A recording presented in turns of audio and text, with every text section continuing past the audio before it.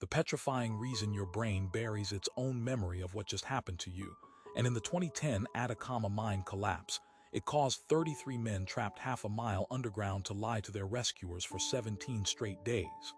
Not because they wanted to, because the earth made them. Every major geological disaster in recorded history carries the same statistical fingerprint. Survivors give wrong information. They describe events that didn't happen. They omit things that did. Search and rescue teams call it survivor unreliability, and they factor it into every extraction plan, every cave collapse, every post-earthquake sweep.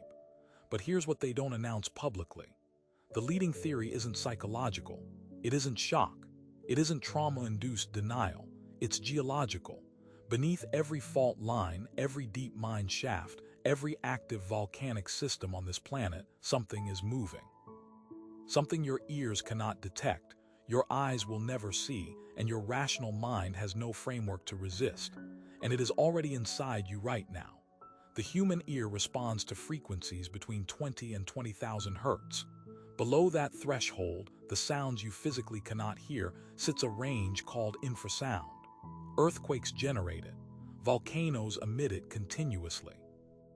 Mine shafts act as natural resonance chambers that amplify and focus it directly into the bodies of anyone trapped inside.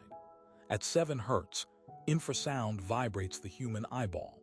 At 18 hertz, it produces sudden, sourceless dread. Studies published in the Journal of the Acoustical Society confirm that sustained infrasound exposure doesn't simply unsettle you. It directly degrades the hippocampus's ability to encode accurate short-term memory. The hippocampus is the structure your brain uses to record what just happened to you.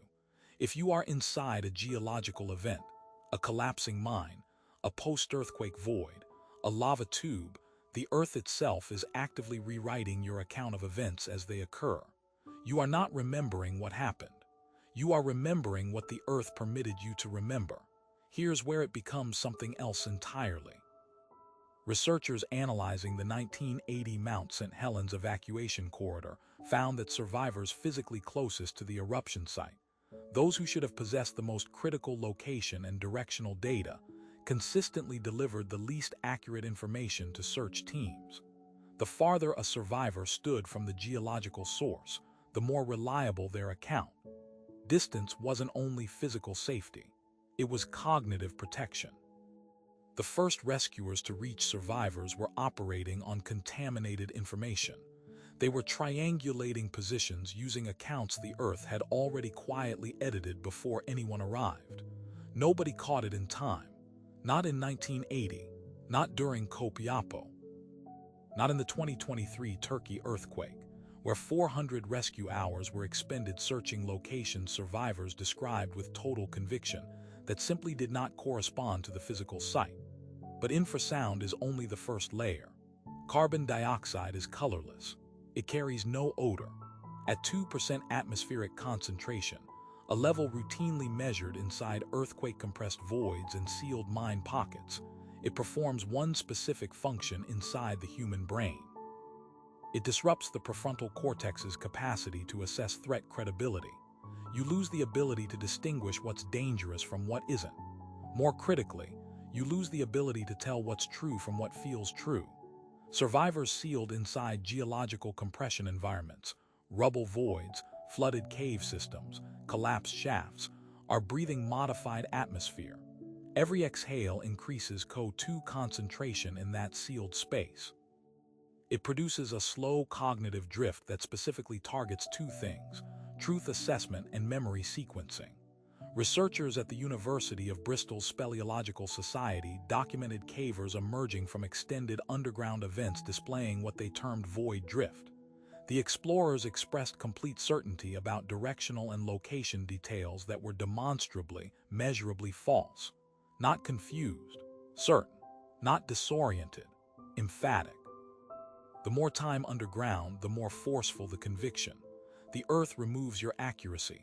Then it replaces it with confidence. That's the mechanism. That's why survivors point rescuers toward empty rubble without hesitation. The geological environment doesn't just trap the body. It overwrites the internal record of what the body experienced. and you would not feel it happening. There is no warning sensation, no alarm. The editing is silent.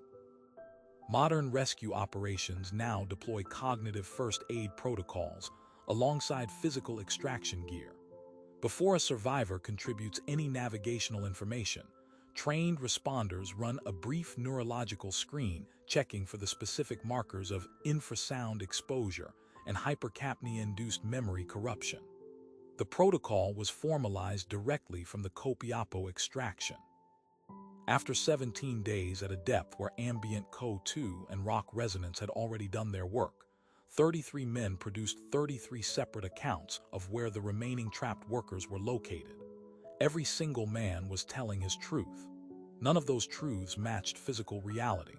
The Earth had issued each of them a different version of the same event. This is now formally designated a geological cognitive hazard, a defined category inside international search and rescue doctrine. A hazard produced not by the disaster itself, but by the geology beneath it. So here is the question nobody has answered.